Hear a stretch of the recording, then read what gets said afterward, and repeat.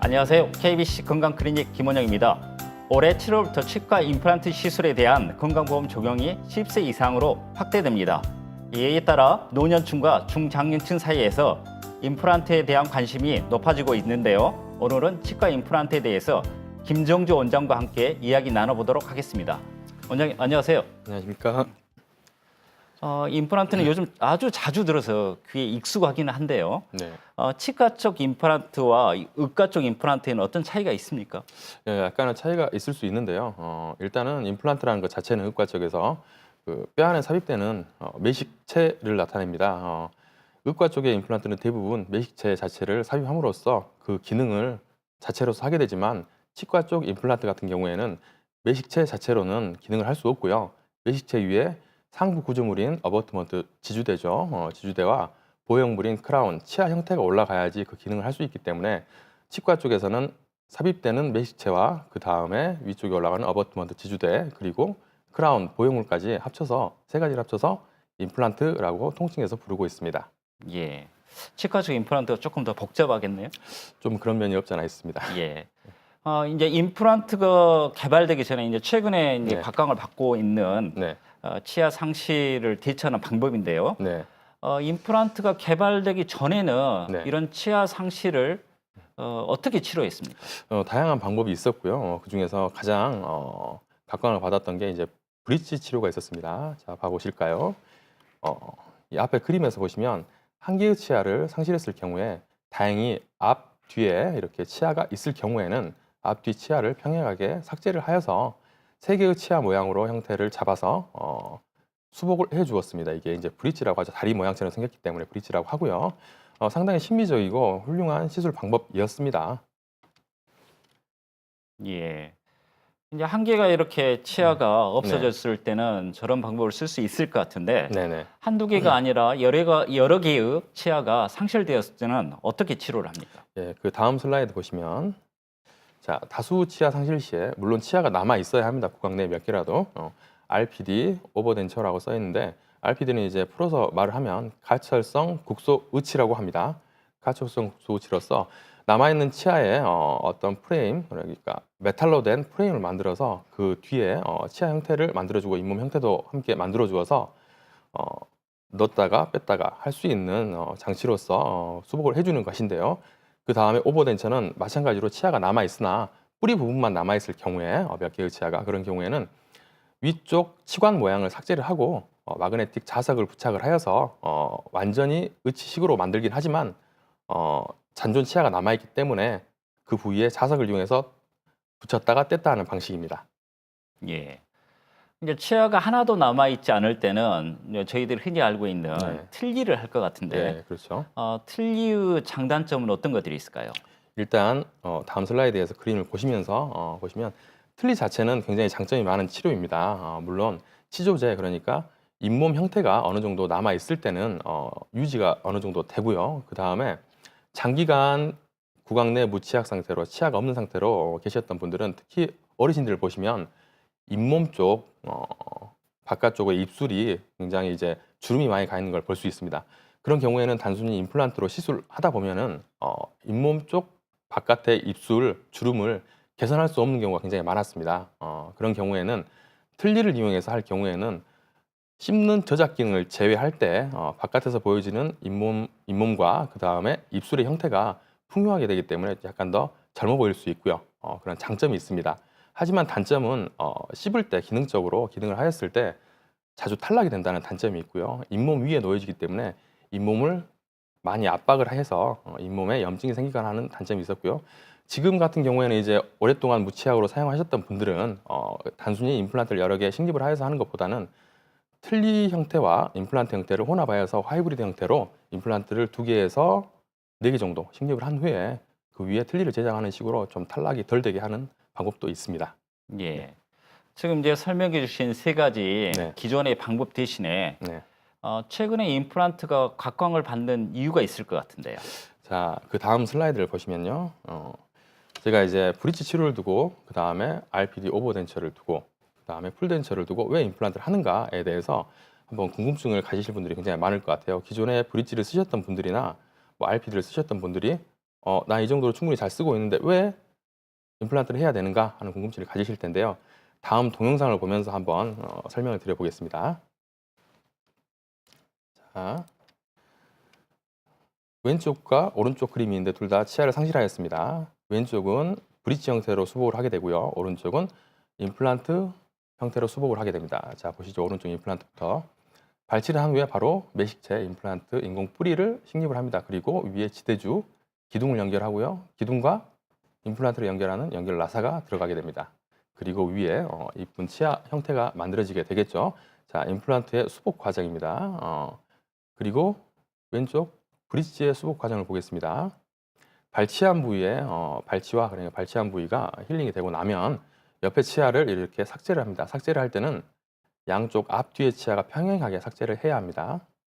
자, 삭제를 하고 나서 치아에 민감증이 생길 경우에는 부가적으로 신경치료가 가능할 수도 있겠습니다. 자, 그리고 세 개 형태의 치아가 들어가게 되면 자, 첫 번째 사진과 비교했을 때 치아가 발치 전과 유사합니다. 그리고 임플란트 했을 때와 심미적으로 굉장히 우수한 형태를 보여줍니다. 이 이후에 이제 장기적으로 사용을 했을 때 문제가 발생을 할 수가 있겠는데요. 잇몸 쪽이 아트로피 그러니까 치조골의 폭이나 높이가 낮아지게 됩니다. 그러면서 심미적으로 약간 불리해지게 되고요. 삭제했던 치아 마진 쪽에 임플란트 아니 그 보철과 닿는 부분이죠. 그쪽에 이제 충치가 생기게 되고 종단에는 치아 안쪽에 있는 신경 자체에 문제가 생길 수가 있습니다. 그렇게 되면서 치아 뿌리 끝쪽에 치근단 쪽에 염증, 농양 같은 게 생길 수가 있습니다. 이렇게 약해진 치아를 모른 채로 방치할 수가 있기 때문에 치아 뿌리 쪽에서 이렇게 파절선, 금이 갈 수가 있고요. 금이 갈 수가 있고 그러다 보면 브릿지 자체가 약간 흔들리겠죠. 이제 이런 건 치료는 어쩔 수 없습니다. 기존에 했던 브릿지를 철거하고 제거하고 치료하는 방법밖에 없겠죠. 임플란트와 비교입니다. 시간이 오랜 지난 다음입니다. 이렇게 되면 고름도 나올 수가 있고요. 잇몸 쪽 바깥으로 피스출라가 생겨서 이럴 경우에는 이제 설명드렸듯이 브릿지 자체를 제거를 하게 됩니다. 이렇게 제거를 하고 문제가 발생한 치아를 다시 발거할 수밖에 없겠죠. 발거하고 나면 또 똑같은 형태의 브릿지를 해야 되는데요. 자, 그러면 또 옆에 치아를 또 삭제를 해야 되겠죠. 이제 브릿지는 치아가 2개가 상실되면 2개의 치아를 깎아야 되고요. 3개가 상실되면 3개의 치아를 깎아야 됩니다. 다 보시면 똑같이 브릿지 형태로 다시 수복을 하였습니다. 또 똑같은 문제가 시간이 지나면 발생을 할 수가 있겠죠. 또 삭제했던 치아에 문제가 생기게 되면 원래 수복해 주었던 브릿지 자체를 다시 철거를 하게 되고요. 또 문제가 생긴 치아를 발거할 수밖에 없겠죠. 이제 치아를 3개를 상실했기 때문에 삭제해야 되는 치아, 그러니까 지대치가 돼야 되는 치아가 3개가 돼야 됩니다. 그래서 총 6개의 브릿지 형태가 되고 이렇게 장기간으로 오래 사용을 하시다 보면 이제 브릿지에서 RPD가 되고 RPD에서 풀덴처 그러니까 완전 의치 형태가 되는 것입니다. 그림에 보시면 이제 차이가 확연히 나시죠. 꼭 그런 식으로 흘러가지는 않지만 관리가 안 될 경우에 그런 식으로 되시는 분들이 많았기 때문에 이제 임플란트가 좀 더 선호되고 있는 것 같습니다. 예. 요즘 보면은 임플란트는 어떤 것으로 뭐 해야 된다 이런 광고들도 의외로 많던데 네. 임플란트 중에서도 선호되는 것들이 있나요? 이제 환자가 선호하는 게 있고요. 일단 보면 그 다음에 치과 의사가 약간 선호하는 게 있는데 치과 의사가 선호하는 거는 의사마다 다 다릅니다. 자기가 많이 시술했던 임플란트가 있을 것이고 그 다음에 환자가 어떤 특정한 임플란트, 선전하는 임플란트를 해주라고 하는 분들이 많이 계신데요. 임플란트도 그 매식되는 인공 뿌리 형태가 임플란트 회사마다 다 다릅니다. 그리고 표면 체료도 다르고 그렇기 때문에 본인의 치조골 상태에 따라서 수술이 되어야지 꼭 어떤 임플란트가 좋다고 볼 수는 없고요. 우리가 마치 차를 탈 때도 오프로드를 가는데 승용차를 타고 갈 수 없듯이 어떠한 형태나 그다음에 저작, 씹는 습관에 따라서도 많이 달라지기 때문에 일단은 치과 의사한테 맡기는 게 좋겠고요. 여기 슬라이드에서는 고대 마야 문명에서도 이렇게 치아가 없을 경우에 어떤 식으로든 심미적이든 기능적이든 수복을 해주기 위해서 어떤 뼈 같은 거를 이용을 해서 그분의 수복을 해줬던 케이스가 뼈로 남아있는 유골로 남아있는 게 있어서 한번 삽입해 보았습니다. 예. 그러니까 자신의 상태에 맞는 임플란트가 가장 좋은 임플란트다 이런 말씀이시네요. 그렇겠죠. 예. 네. 임플란트를 치료할 때 임플란트 시술이 이 정도면은 성공적이다 하는 그런 기준이 있을까요? 예. 한번 봐보도록 하겠습니다.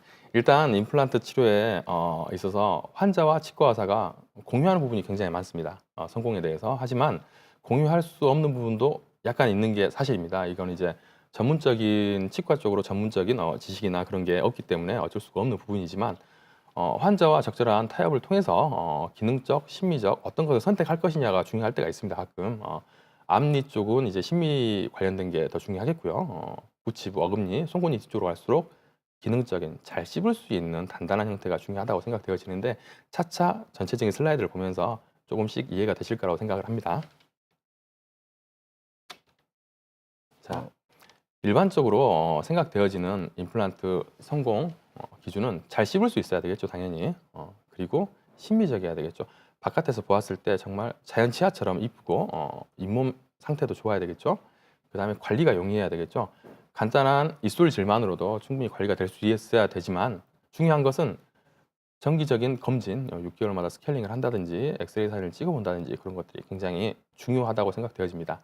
그 다음에 불편감이 없어야 된다. 당연하겠죠. 잇몸으로 뭐 틀니를 사용해서 잇몸을 씹을 때보다 임플란트를 사용했을 때 좀 더 불편감이 없어야 되고 편해야 되겠죠. 그 다음에 반영구적이어야 된다.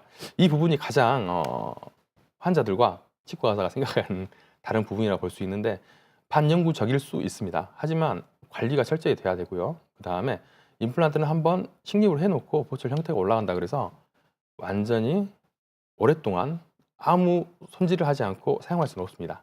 자기 자연 치아도 깨지면 씌우고 떼우고 하듯이 임플란트 보철도 깨지면 씌우고 떼우고 해야 되고 그 다음에 뿌리 자체, 인공 뿌리, 자연 치아가 똑같기 때문에 염증이 생기면 염증 처치를 제대로 해줄 수 있어야지 반영구적으로 사용할 수 있다고 볼 수 있겠습니다.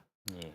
지금 말씀해 주신 것은 이제 환자분이나 치과 의사분이 그 공통적으로 공감하는 그런 좋은 임플란트 기준이 될 것 같은데요. 네. 이걸 뛰어넘어서 시술하시는 치과 의사분들이 네. 생각하는 성공적인 임플란트 기준 어떤 것들이 있습니까? 좀 봐볼까요? 다음 보면서 이제 저희들이 생각할 때는 조금 딱딱하긴 한데요. 골유착이 성공해야 된다. 그 다음에 골유착 성공뿐만이 아니라 치조골 상태가 너무 낮거나 좁을 경우에 뼈가 부족한 경우죠. 치조골 이식이 성공해야 합니다. 그리고 마지막으로 이제 보철물이 올라갔을 때 심미적, 기능적인 만족스러운 보철물이 완성돼야 되겠죠. 설명드렸듯이 심미적은 앞니 쪽, 기능적은 뒤쪽, 부치부 쪽이 많이 더 해당될 것 같고요. 그 다음에 이제 마지막으로 이건 환자분이 잘 지켜주셔야 할 부분인데 안정적인 치조골 유지를 위해서는 환자분들이 치과에 정기적으로 내원하시고 설명드렸듯이 방사선 사진을 찍어 보므로 해서 어떤 문제가 있는지 없는지 확인을 해야지 저희들이 처치를 해줄 수 있기 때문에 그러한 안정적인 치조골 유지는 정말 끝까지 임플란트를 잘 사용할 수 있기 위해서 꼭 필요한 단계로 보여집니다. 자, 일반적인 임플란트 치료 과정을 보겠는데요. 자, 보시면 슬라이드에 보시면 인공 치근의 식립이죠. 일반적인 과정입니다. 인공 치근의 식립을 하고 지주대, 어버트먼트 아까쯤에 보여드렸죠. 지주대를 연결하고요. 임플란트와 지주대 사이에는 연결 나사가 있습니다. 이게 가끔 풀릴 경우도 있는데 다음에 설명드리도록 하겠습니다. 그 다음에 이쁜 보철물이 장착이 돼야 되겠죠. 이게 이제 일반적으로 시술되어지는 임플란트의 치료 과정이 되겠습니다. 다음 슬라이드 보겠습니다. 자, 치과 의사가 생각하는 임플란트에서 골유착 성공이라고 했는데 골유착이 성공한다는 것은 식립 시점을 나타내는 것이고요.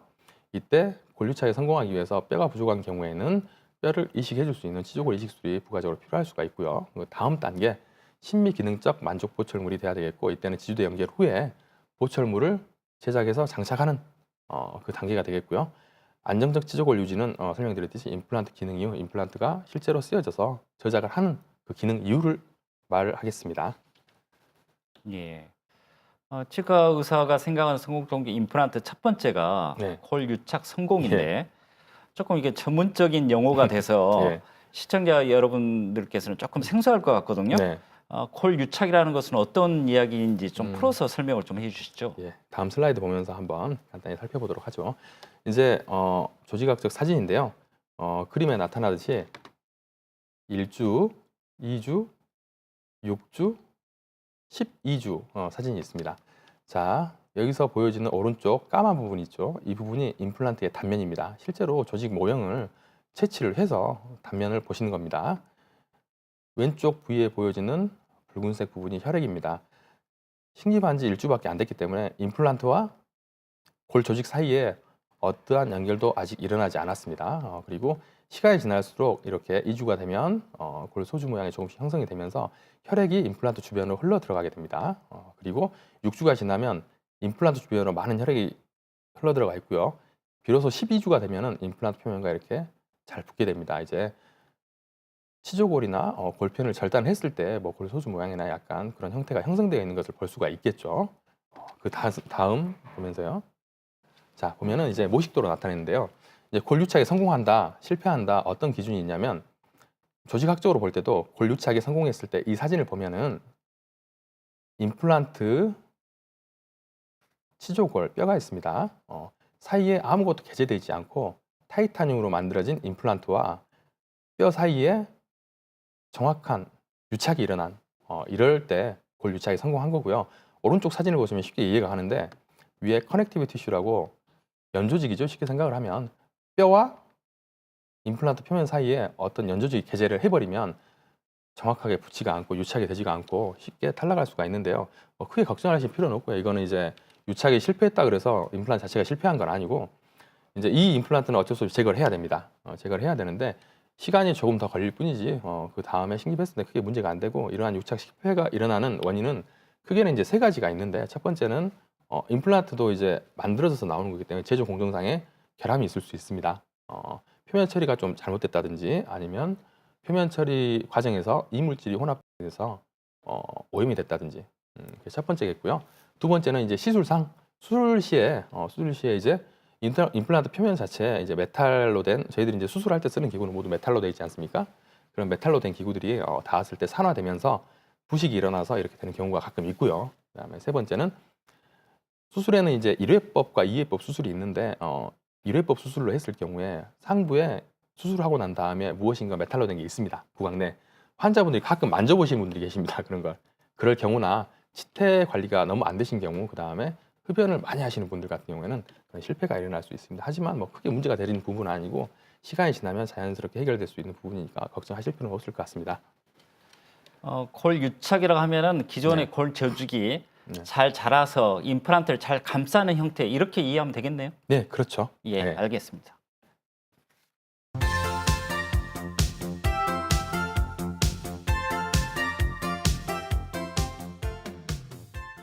임플란트에 대한 궁금증에 대해서 김정주 원장과 이야기 나누고 있습니다. 원장님 이제 골 유착이 임플란트와 뼈 사이에 일어난다면은 네. 이게 골 유착이 잘 일어날 수 있는 네. 그런 형태의 뼈가 따로 있나요? 예, 그런 형태의 뼈도 있고요. 그런 형태의 임플란트 표면도 있습니다. 일단 임플란트 표면을 한번 봐보도록 하죠. 자, 그림에서 여러 가지 임플란트 표면이 있는데요. 가장 많이 쓰였던 것 여기 1번, 그 다음에 2번, 3번, 4번이 있는데요. 1번은 굉장히 초창기에 타이타늄 표면만을 이렇게 절삭을 해서 사용했던 표면이고요. 최근에 들어서 가장 많이 사용했던 것은 이제 2번 RBM 표면 처리인데요. 이제 표면 처리라는 것 자체가 약간 거칠게 만드는 겁니다. 표면을. 그래서 골소주나 뭐 이렇게 뼈가 잘 들러붙을 수 있게 조직학적으로 봤을 때 그런 형태로 만들어 나가는 것인데요. 한 4, 5년 전까지만 해도 RBM 표면 처리가 굉장히 많이 쓰였고요. 그 다음에 지금은 SLA나 HA 표면 처리가 많이 쓰이는데 이러한 표면 처리가 발전하게 되는 방향은 보통 그런 것 같습니다. RBM 표면 처리 같은 경우에는 상악 위쪽 턱뼈에 식립을 했을 때 6개월 정도 소요가 되고요. 골 유착이 일어나는데 그 다음에 여기 있는 SLA 표면 처리 같은 경우에는 3개월 정도 소요가 된다고 합니다. 그리고 4번 HA 표면 처리 같은 경우에는 2.5개월 정도가 소요가 된다고 합니다. 하지만 중요한 것은 시술이 아무리 빨리 끝나고 좋다고 하더라도 골 유착 자체는 일단 발생을 하면 어떠한 임플란트 표면 처리든지 유착에 되는 힘은 같다고 봅니다. 그렇기 때문에 굳이 어떤 표면 처리를 사용한 임플란트보다는 원장님이 보내주시는 걸로 하시는 게 훨씬 더 좋을 가능성이 많습니다. 자, 그 다음 보면은 이제 임플란트와 골과 유착이 잘 일어나는 골질을 한번 봐보겠습니다. 일단 구분은 왼쪽부터 D1, D2, D3, D4 이렇게 나누어져 있는데요. D는 덴서티, 밀도를 나타내는 겁니다. 밀도를 나타내는 거고 이거는 이제 미쉬라는 분이 구분을 해놓은 건데요. 자, 뭘 주목해서 봐야 되냐면 가운데 빨간색 점들이 있죠. 자, 1번 D1 같은 경우에는 단단한 뼈가 너무 많습니다. 이런 경우에는 임플란트 초기 고정, 임플란트를 처음 식립했을 때 고정력, 그러니까 흔들리지 않고 단단히 붙어있는 능력이 굉장히 뛰어납니다. 하지만 이렇게 혈액이 거의 보이지 않기 때문에 후기에 임플란트 사용했을 때 문제가 발생을 할 수가 있습니다. 괴사가 일어날 수도 있겠죠. 자, 그 다음에 이제 D2 분 같은 경우는 가장 적절하다고 보는데 여기가 이제 하악입니다. D1과 D2는 아래 턱뼈에 많이 분포를 하고요. D3와 D4는 위턱뼈에 많이 분포를 하는데 적당한 단단한 뼈가 노랗게 보이는 부분이 있으면서 안쪽에 혈액도 흐르는 뼈가 있기 때문에 가장 초기 안정성도 우수하고 장기적으로 봤을 때 문제가 없이 잘 사용할 수 있고 그런 형태라고 볼 수 있습니다. D3, D4 모두 임플란트 초기 안정성은 좋지 않으나 이제 위턱뼈에 많다고 했잖아요. 좀 이따 이제 치조골 이식술에 대해서 설명을 할 텐데 그때 좀 나올 텐데 뼈가 무르면 뼈를 좀 단단하게 할 수 있는 수식이 또 있습니다. 하기 때문에 크게 문제가 되지 않을 것 같습니다. 예. 임플란트 이제 시술을 하게 되면은 맨 처음에 이제 기존에 있던 치아를 발치를 할 것 같은데요. 그렇죠. 예, 이미 빠져 있는 경우에 이제 시술하는 경우도 있고, 네. 발치를 하고 난 후에 네. 언제 임플란트 시술을 하게 됩니까? 자, 봐볼까요? 그 다음 그림을 보면서 보면은 이제 발치를 한 이유가 또 중요하겠죠. 치주염이 굉장히 심해서 잇몸이 많이 붓고 환자들이 생각할 때 잇몸이 많이 붓고 고름도 나고 그냥 그런 상태에서 발치를 하게 되면 바로 식립할 수 없는 경우가 많습니다. 그렇지만 자, 여기 보시면 예를 들어서 이렇게 발치를 했습니다. 이렇게 발치를 하고 이 발치한 이유가 치아 파절이라든지 치주적인 문제가 아닐 경우에는 발치를 한 다음에 바로 식립을 하는 게 가장 좋습니다. 이유는 자, 그림에서 먼저 보시면 첫 번째 그림과 마지막 그림 보시면 맨 위쪽 이 길이를 비교를 해보시면 맨 오른쪽 그림이 훨씬 더 폭이 좁아져 있고 약간 더 낮아져 있습니다. 그 이유는 시간이 지남에 따라서 발치한 부위가 나아지고 그 다음에 성숙되는 단계가 있습니다. 마지막에는 성숙되면서 치조제 자체가 약간 낮아지고 좁아지는 경향이 있습니다. 이럴 경우에는 임플란트를 하든지 브릿지를 해서 수복을 하든지 그 부위 잇몸이 푹 꺼져 있기 때문에 약간 심리적으로 이쁘지가 않고 좀 더 불리한 환경이 될 수 있기 때문에 특별한 치주 질환이 있지 않고 발치를 했을 경우에는 바로 식립하는 게 가장 좋은 것 같습니다. 제가 볼 때는. 예. 예. 그 다음에 이제 네. 일반적으로 그러면은 어떻게 하는가 좀 설명을 좀 네. 해주시죠. 일반적인 임플란트 시술 과정에 대해서 간단히 설명드리겠습니다. 이제 처음에 치아 결손 상태를 확인하겠죠. 이제 빠져서 왔을 경우입니다. 확인하겠죠. 그다음에 구강 검진을 하고 뭐 엑스레이를 찍을 수도 있고 파노라마를 찍을 수도 있고 CT를 찍을 수도 있겠죠. 그다음에 치료 계획을 수립하고 두 번째 이제 처음 검사를 했으면 두 번째 단계 이제 임플란트 식립이겠죠. 굉장히 간단한 단계입니다. 식립을 하고 그 다음날 소독을 하겠고요. 환자분이 가장 궁금해하시는 거죠. 어떻게 진행이 되는지. 그 다음에 한 일주일에서 2주일 사이에 첫 번째 실을 뺄 수도 있고 발사 실을 뺄 수도 있고 두 번째 실을 뺄 수도 있습니다. 어떤 식으로 봉합을 했고 어떤 식으로 치조골 이식을 했는지에 따라서 이런 실을 빼는 과정이 나뉠 수가 있겠고요. 그 다음을 보시면 2차 수술 이제 간단히 설명드렸었지만 1회 수술과 2회법 수술이 있는데 2회법 수술을 했을 경우에 임플란트를 완전히 잇몸 아래에 묻어나왔을 경우에는 2차 수술 그러니까 임플란트를 노출시키는 수술이 필요합니다. 그래서 임플란트를 노출을 시키고 지대주 위에 지대주를 연결한 다음에 인상을 체득하게 되죠. 본을 뜨게 되죠. 그 다음에 이제 4단계 보철물 시작 및 조절. 간단하게 일반적인 임플란트의 순서는 나뉘게 됩니다. 예. 이제 일반적인 임플란트 시술 과정을 지금 설명을 해주셨는데 네. 어떤 경우에는 이제 치조골 이식을 하고 난 후에 임플란트를 하기도 한다고 그러던데. 그렇죠. 예. 예. 한번 그 부분에 대해서 다시 설명드려 보겠습니다. 이제 다음 슬라이드를 보시죠. 자, 일단 그림으로 먼저 간단히 설명을 드리겠습니다. 치조골 이식을 동반한 임플란트 수술의 경우에는 사진을 보시면 이제 발치한 상태로 내원하신 분입니다. 뒤에 치아가 있죠. 근데 앞에 보시면 이렇게 동그랗게 U자 형태로 굉장히 까맣게 보이시는 부분이 보이죠. 이쪽에는 치조골 그러니까 뼈가 거의 없는 부분입니다. 예를 들어서 이런 부분에 임플란트를 식립을 하더라도 뒤쪽에 뼈가 없으면 임플란트 뒤쪽이 나사가 노출이 되기 때문에 나중에 임플란트 주위염이나 굉장히 다른 교합적인 문제도 생길 수 있고요. 여러 가지 문제가 생길 수 있기 때문에 이런 뒷부분을 적절히 수복을 해주면서 시술하는 게 가장 중요합니다. 그래서 오른쪽 사진 보시면 임플란트를 식립을 하고 뒤쪽에 뼈로 다 차 있는 부분이 보이시죠? 이렇게 치조골 이식을 해주는 겁니다.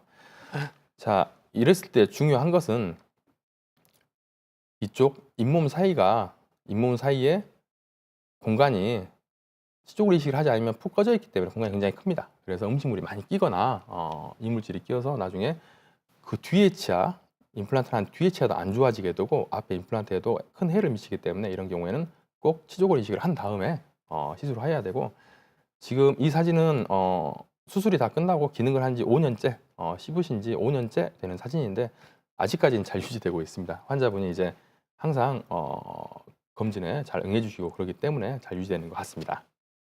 예. 이제 콜 유착에 대해서 설명해 주실 때 네. 이제 콜 유착이 잘 일어나는 형태의 뼈를 설명할 때 네. 이제 상악과 하악의 이제 뼈 그렇죠. 구조가 약간 다르다고 이야기해 주셨잖아요. 네네. 그러면은 이게 상악과 하악의 치조골 이식술에도 좀 차이가 있을 수 있지 않을까요? 예, 차이가 조금 있습니다. 이제 좀 전에 이제 골 밀도에 대해 설명을 드릴 때 D1, D2는 이제 아래턱뼈에 많이 존재하고 D3, D4는 위턱뼈에 많이 존재한다고 설명을 드렸었죠. 마찬가지로 이제 수술을 할 때 위턱뼈가 조금 더 무릅니다. 그래서 약간 더 팽창을 시켜서 단단하게 해주는 술식이 필요할 때가 있습니다. 그리고 아래턱뼈 같은 경우에는 위턱뼈에 비해서 굉장히 단단하기 때문에 특히 임플란트를 할 때 뭐 특별히 문제되는 건 없지만 이제 뼈가 부족할 경우에 치조골 이식을 해줘야 되겠고요.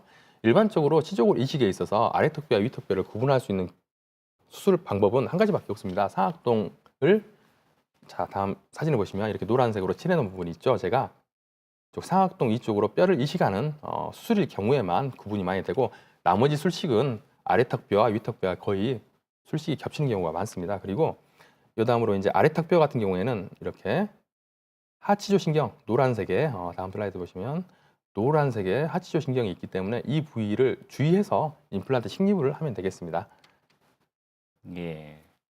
이제 상악동이라고 네, 저희가 흔히 말하는 광대뼈 아래쪽에 공간이 그렇죠. 있기 때문에 그런 걸 좀 그렇죠. 주의해서 치조골 이식을 해야 된다는 말씀이시네요. 예, 그렇죠. 예. 그렇다면은 가장 흔히 시술되는 치조골 이식 방법을 한번 설명을 좀 해주시면 좋을 것 같은데. 예, 알겠습니다. 다음 슬라이드를 보시죠. 이제 여러 가지 치조골 이식 방법이 있고 굉장히 어려운 수식들이 많지만 일반적으로 가장 많이 사용되는 방법들에 대해서 설명을 드리겠습니다. 자, 이 그림은 이제 리치 스플리트라는 술식인데요. 가운데 사진을 보시면 이렇게 치조골의 폭이 굉장히 좁기 때문에 이럴 경우에는 굉장히 넓은 형태의 치조골을 만들어줘야 됩니다. 그럴 경우에는 이런 식으로 절개를 해주고요. 뼈를 치조골을 절개를 해주고 바깥쪽으로 치조골을 밀어줌으로 해서 임플란트를 식립을 하고요. 그 다음에 부가적으로 치조골 이식을, 뼈 이식을 하는 것입니다.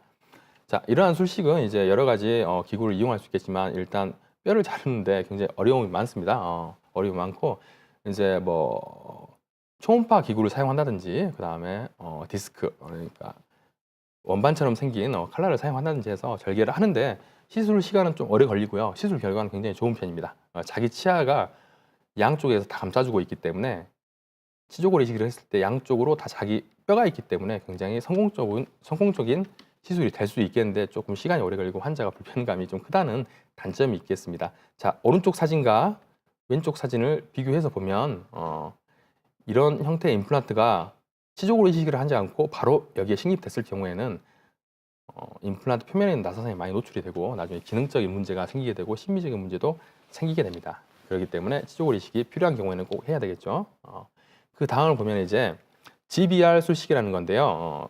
가이드드 본 리제너레이션인데 차폐막을 이용해서 뼈가 자라날 수 있도록 유도 재생시켜주는 술식인데요. 자, 보면은 이렇게 얇은 뼈에는 이런 큰 임플란트가 들어갈 수 없겠죠. 이럴 경우에 자, 두 번째 그림 보시면 이런 인공뼈를 이식을 해줍니다. 그냥 이식해주면 되는 건 아니고요. 이쪽 피질고 단단한 뼈, 여기 보시면 이렇게 동글동글하게 뭐 구멍이 나 있는 부분이 이제 안쪽에 혈액이 차 있는 부분이라고 생각을 하시면 이쪽 피질골 단단한 뼈 부분에 구멍을 여러 개 내줍니다. 그래서 해면골 안쪽 혈액이 많은 뼈에서 바깥쪽으로 이식된 뼈 쪽으로 치조골에서 나온 혈액이 이동하도록 해야 되는 게 가장 중요한 것 같아요. 이 수술의 방법에서는. 그리고 바깥쪽으로 차폐막을 덮어주어야 합니다. 이유는 잇몸 쪽에서 나오는 혈액과 치조골에서 나오는 혈액 자체가 구성이 좀 다른 것 같습니다. 그래서 잇몸 쪽에서 나오는 혈액을 막아주지 않으면 이후에 뼈 자체가 잇몸 부분이 많이 형성이 되기 때문에 차폐막을 꼭 닫아주는 게 중요한 것 같고요. 이 수술 방법 또한 많이 쓰이는 술식입니다. 자, 다음 볼까요? 소켓 리저베이션이라고 되어 있는데 이제 발치를 하면 발치한 부분을 소켓이라고 합니다. 저희는 익스트랙션 소켓이라고 그러는데 그런 부분을 이제 잘 보존해주는 술식인데요. 뭐 일반적으로 뭐 발치 3개월 이상이 지나면 치조제의 폭과 높이가 감소하여 제가 계속 설명을 드렸었죠. 시간이 많이 지나면 뼈 자체가 좁아지게 되고 낮아지게 됩니다. 그래서 임플란트 포철을 했을 경우나 기능적, 심미적으로 불리한 형태가 되므로 이를 방지하기 위해서 발치와 치아를 뽑은 부위에 치조제 흡수를 막는 술식이 되겠습니다. 자, 그림 한번 동영상 한번 봐보겠습니다. 자, 동영상을 보시면 어떤 이유에서건 치아가 빠질 수 있겠죠. 치아를 발치를 하게 되면 발치하게 됩니다. 그러면 안쪽에 혈액이 차면서 클럿이 형성이 되면서 이제 잇몸이 낫게 되고 치조골이 낫게 되는데 자, 안쪽 치조골을 보게 되시면 자, 시간이 지날수록 잇몸뼈가 발치했던 부위가 형성이 되겠죠. 그리고 더 많은 시간이 지나면 이렇게 아트로피, 잇몸뼈 자체가 위축이 되겠죠. 폭과 높이가 감소하게 됩니다. 자, 이럴 경우 어떤 치료를 하게 되든 심미적으로 굉장히 불리해지게 됩니다. 자, 이러한 것들을 막을 수 있는 방법이 이제 발치를 하고 난 바로 직후에 치조골 이식을 발치와에 바로 해주는 것입니다. 뭐 상품화된 것도 있고요. 뼈 이식제, 많은 뼈 이식제가 있기 때문에 그런 걸 사용할 수가 있고요. 그 다음에 요새는 이제 자가치아뼈 같은 거 다음에 설명을 드릴 텐데 그런 걸 사용할 수도 있고요. 여러 가지 방법이 있겠지만 이렇게 발치한 부위를 보존해주게 되면 이 이후에도 발치와 부위가 폭과 높이가 감소하지 않고 그대로 유지됨을 볼 수가 있습니다. 실제로. 그래서 이 이후에 뭐 임플란트를 하게 되든지 그 부위에 브릿지를 하게 되든지 골폭이 소실되지 않았기 때문에 심미적이고 굉장히 아름다운 보철물이 올라갈 수가 있겠죠. 자, 상악과 하악의 치조골 이식술의 차이가 있다고 이야기해 주셨는데요. 네. 그렇다면은 아래 턱뼈에 비해서 그 네. 위턱뼈 치조골 이식술이 조금 더 까다로운 편인가요? 예, 그건 이제 다음 슬라이드 보면서 한번 이야기해 보도록 하겠습니다. 자, 위턱뼈 같은 경우에는 설명드렸듯이 이제 밀도로 따지면 D3, D4 약간 더 무르다고 볼 수가 있겠죠. 무른 뼈가 많고요. 그 다음에 상악동 위에 공기로 차 있는 함기화된 공간이 있습니다. 이제 그런 함기화 현상, 그러니까 상악동이 점점 커지는 아래로 내려오는 현상은 시간이 지남에 따라서 그러니까 증령, 연력이 증감에 따라서 계속 진행이 되는데요. 그렇기 때문에 그쪽 뼈 부위를 보강해주는 술식이 필요하고 그 다음에 뼈 자체가 무르기 때문에 뼈를 좀 단단하게 해주는 술식이 필요합니다. 그래서 그 부분을 설명을 다시 드리도록 하겠습니다. 똑같이 리치 스플릿 테크닉이나 어떤 GBR 술식 다 쓰일 수 있습니다. 상악에서. 하지만 이제 사이너스 리프팅이라는 상악동을 위로 밀어 올려주면서 뼈 이식을 하는 술식이 따로 있습니다. 상악에는 여기서 이제 두 가지 술식이 있는데요. 윈도우 오픈 테크닉과 소켓 엘리베이션 테크닉이 있습니다. 윈도우 오픈은 윈도우 많이 들어봤죠. 창문이죠. 창문을 여는 것처럼 안쪽으로 열고 들어가서 뼈 이식을 해주는 것이고요. 실제로 이식되는 뼈를 보면서 이식을 해주는 것이고요. 엘리베이션 테크닉은 발치와 부위, 그러니까 발치한 자리, 치아가 있던 자리를 치아 쪽에서 접근을 하는 방식인데 두 가지 방식을 동영상을 보면서 설명을 해드리도록 하겠습니다. 자, 먼저 소켓 엘리베이션 테크닉입니다. 원래 치아가 있었던 자리에 이렇게 함기화가 됩니다. 시간이 지나면 공간이 계속 커졌죠. 드릴을 해줍니다. 치아가 있었던 자리에 드릴을 먼저 해주고 난 후에요. 그 다음에 오스테오톰이라는 기구가 있습니다. 밀어 올려줍니다. 위쪽으로 가볍게 툭툭 쳐서 밀어 올려주고요. 오스테오톰이라는 기구는 크기가 계속 직경이 커집니다. 사용할 때 다른 기구를 사용하는데 좀 더 커지다 보면 구멍은 작은데 큰 기구를 넣다 보면 옆으로 뼈가 익스펜전 되면서 단단해지게 밀실해지게 됩니다. 그렇기 때문에 뼈 자체가 무른 뼈인 상악 같은 경우에 위턱뼈 같은 경우에는 오스테오톰 기구를 이용하면 뼈를 좀 더 단단하게 할 수가 있습니다. 원래 있던 뼈도. 그런 상태에서 이제 특별한 기구를 이용해서 막을 분리해주게 됩니다. 안쪽에 있는 상악동에 있는 점막을 분리해주게 된 다음에 그 다음에 이제 비로소 뼈 이식을 하게 되겠죠. 치조골 이식을 하게 됩니다. 뼈 이식제를 밑에서 집어넣기 때문에 뼈 이식제가 들어가는 장면은 눈으로 보이지 않습니다. 그래서 이제 이거를 저희들은 블라인드 테크닉이라고 부르기도 하고요. 안 보이기 때문에 블라인드 테크닉이라고 부릅니다. 그리고 나서 이제 오스테오톰 기구를 이용해서 좀 다져주고요. 넣었던 치조골을 다져주고 그 다음에 뭐 임플란트를 식립하는 과정은 뭐 유사하게 되겠습니다. 임플란트를 식립을 하게 되고요. 이렇게. 자, 그럼 이제 그 다음 윈도우 오픈 테크닉에 대해서 한번 봐볼까요? 이렇게 무치약 부위가 있고 안쪽을 봐보면 마찬가지로 뼈 높이가 많이 감소함을 볼 수 있죠. 함기화되는 것이죠. 시간이 지남에 따라 증량함에 따라 이렇게 되는 것입니다. 그리고 잇몸을 좀 광범위하게 절개합니다. 그리고 그림에서 보이듯이 삭제 기구를 이용해서 뼈의 골창, 창문, 윈도우처럼 창문 형태를 뚫어줍니다. 그리고 자, 창문을 여는 것처럼 윈도우 오픈을 하는 거죠. 창문을 열어주고 골막을 이렇게 박리해 줍니다. 그리고 실제로 눈으로 보면서 뼈 이식제가 들어가는 걸 볼 수 있습니다. 그래서 시술에 대해서 좀 더 예측이 가능하죠. 뼈가 이식이 잘 됐는지 확실히 보면서 하기 때문에. 그래서 이 술식을 선호하시는 원장님도 계시고 이전에 나왔던 소켓 엘리베이션을 선호하는 원장님도 계십니다. 보시면 이제 임플란트가 식립이 됐고요. 어느 정도 뼈에 안착이 되면 이제 임플란트에 어버트먼트, 지주대를 연결을 하고 스크류를 연결하고 보철물이 이쁘게 들어가게 됩니다. 자, 이런 식으로 수술은 끝나게 되는데요.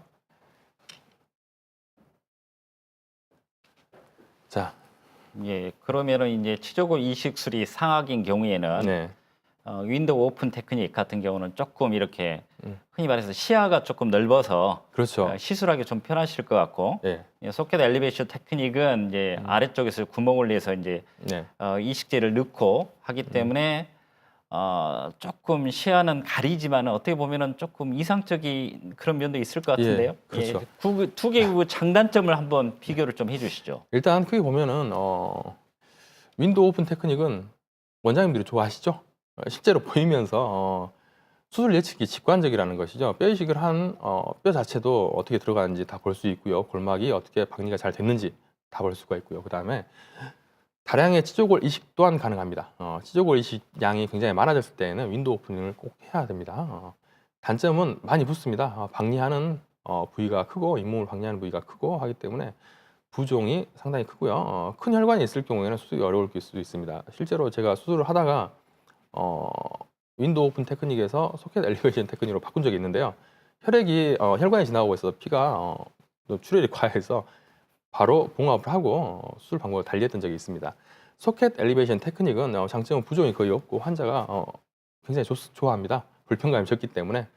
단점은 수술 예측이 직관적이지 않습니다. 예를 들어서 이제 설명했듯이 뼈가 이식되는 과정이 보이지 않기 때문에 저희들은 이제 직관적이 않다고 한 거고요. 그 다음에 올리는 과정에서 막이 찢어졌는지 안 찢어졌는지를 저희들이 확인할 수가 없기 때문에 미러 테스트를 시행을 해서 미러를 대보고 환자한테 이제 블로잉 코로 바람을 내쉬라 그렇게 했을 때 코를 막아주면 그쪽에 피는 나올 수 있지만 예를 들어서 입김같이 서린다든지 그러면 그쪽에 이제 막이 찢어졌기 때문에 조금 기다렸다가 다시 시술을 시행해야 되는 경우가 있겠죠. 예. 지금 이제 두 가지 테크닉을 설명해 주셨는데 네. 그러면서 이제 공통적으로 이제 치조골 이식술에 이식제를 사용할 것 같은데 네네. 이식제에는 어떤 것들이 있습니까? 예. 궁금해하실 부분들인데요. 일단 이식제에는 기존에는 자가골, 동정골, 이종골, 합성골이 있었습니다. 각각의 장단점은 뭐 여러 가지가 있겠지만 일단 자가골은 자기 자신의 뼈입니다. 수술을 할 때 자기 자신의 뼈인데 예를 들어서 채취해야 되는 뼈가 있을 경우에 이렇게 턱 뒤쪽이나 친 부위 아래 턱 쪽에서 채취를 많이 했습니다. 채취를 했는데 그렇게 되면 수술하는 부위와 채취를 하는 부위 두 군데 수술 부위가 생기게 되고 환자가 굉장히 불편해하는 경우가 많았습니다. 하지만 치유 능력이 굉장히 우수하기 때문에 원장님들이 좀 선호를 하셨죠. 선호를 하셨지만 이제 동종골이 또 있습니다. 동종골을 보시면 기증된 타인의 뼈입니다. 자기의 뼈가 아니고 다른 분의 뼈인데 치유 능력이 거의 비슷합니다. 사람이기 때문에 그렇지만 유전병 전염 등에 대한 불안감이 있겠죠. 아무래도 우리가 이제 뭐 광우병 그런 것도 있었고 다른 이중고를 사용할 때 있었고 그 다음에 동중고를 사용하더라도 그 환자가 어떤 뭐 에이즈라든지 어떤 문제가 있을 수 있기 때문에 그런 부분에 있어서 좀 걱정을 하시는 분들이 많았습니다. 그리고 비용이 비쌉니다. 비용이 비싸고 기증 부위 그러니까 그분이 기증해 주신 뼈가 어디에서 채취가 됐는지에 따라서 예후가 조금 차이가 많이 났던 단점이 있었습니다. 그리고 이종골 같은 경우에는 이제 동물의 뼈죠, 소뼈 등이고 합성골은 인공적으로 합성한 재료인데 뭐 산호에서 채취한 물질을 합성하기도 하고요. 여러 가지 있었는데 자, 요 근래에 가장 많이 사용되는 것은 자가치아뼈 이식제인데요. 물론 사용하시는 원장님도 계시고 사용하지 않는 원장님도 계시지만 이제 저 같은 경우에는 좀 많이 사용하고 있는 편입니다.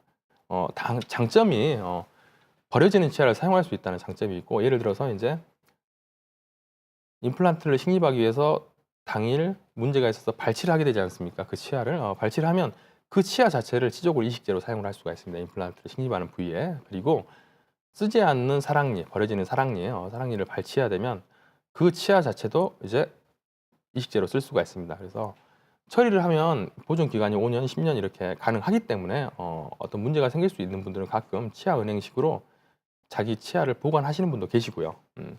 자, 다시 장점을 보시면 치유 능력이 우수하고 감염성이 없습니다. 자기 거이기 때문에요. 그 다음에 단점은 이제 환자가 발치해야 될 치아가 필요하다는 것이죠. 발치할 치아가 없으면 쓸 수가 없습니다. 예를 들면 아시겠죠? 네. 예, 그래서 이제 자가 치아가 있으면은 그걸 예. 잘 쓰면은 장점이 굉장히 많네요. 예, 그 그렇죠. 처리 과정을 한번 좀 설명해 주시죠. 한번 그림을 보면서 간단히 설명드리겠습니다. 자, 먼저 발치한 치아가 있으면 수복물이 있다든지 뭐 어떤 우식, 충치가 있다든지 그랬을 경우에 깨끗이 제거를 합니다. 깨끗이 이렇게 어떤 기구를 위해서 깨끗이 제거를 하고요.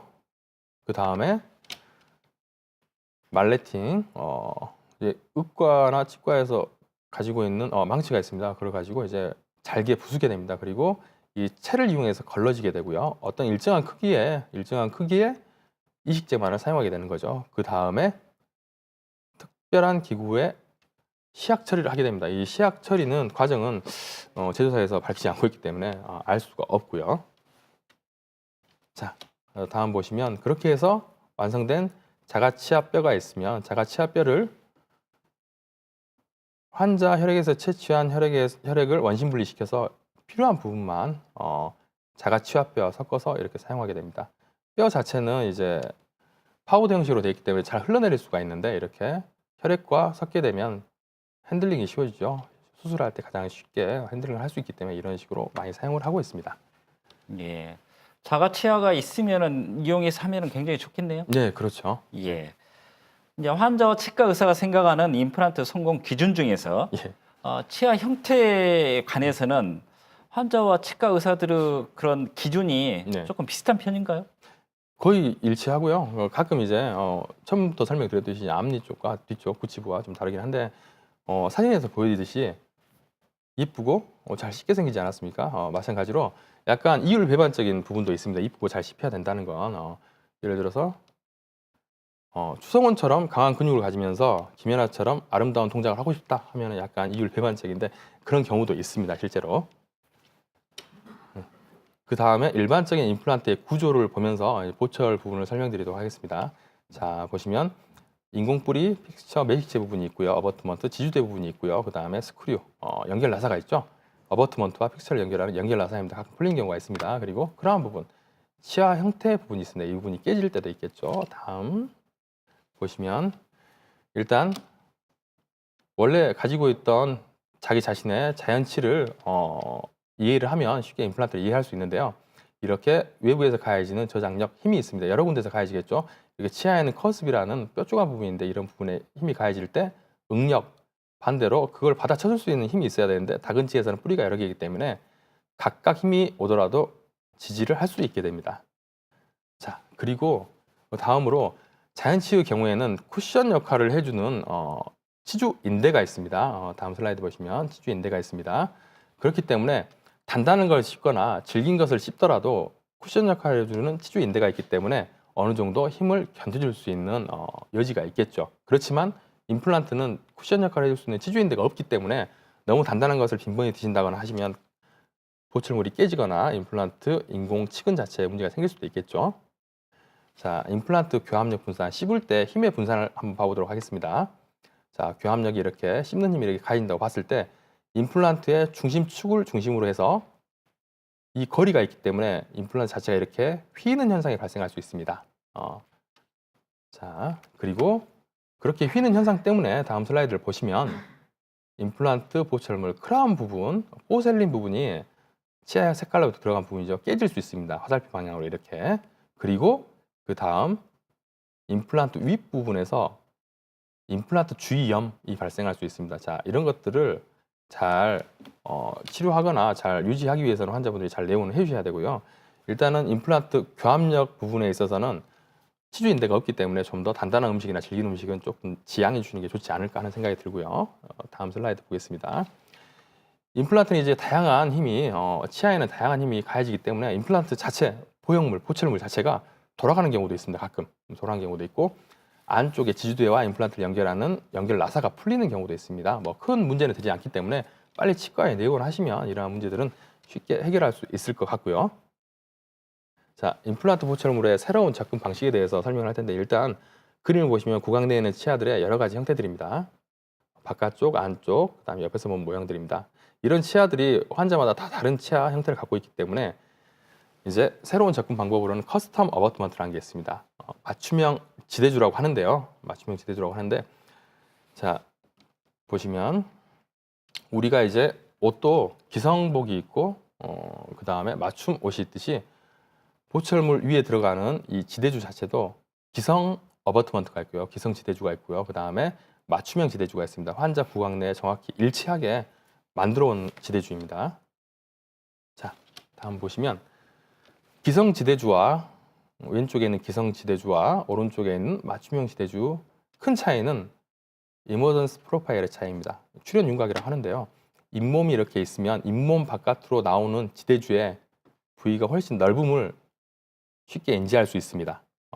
이거는 이제 힘을 받는 관계에 있어서나 굉장히 차이가 많이 나는데 출현 윤곽이 또 차이가 나면 치아 자체도 자연 치아와 거의 유사하게 됩니다. 다음 슬라이드를 보겠습니다. 자, 외부에서 이렇듯 힘이 가해지고 있습니다. 외부에서 힘이 가해지고 있고 제가 힘이 가해질 때는 항상 응력, 그에 상응하는 힘이 받쳐줘야 한다고 하지 않았습니까? 자, 메탈로, 금속으로 된 부분에서 응력이 발생을 하고 있습니다. 중요한 것은 다음 그림을 보여주는 이렇게 파란 선이 있습니다.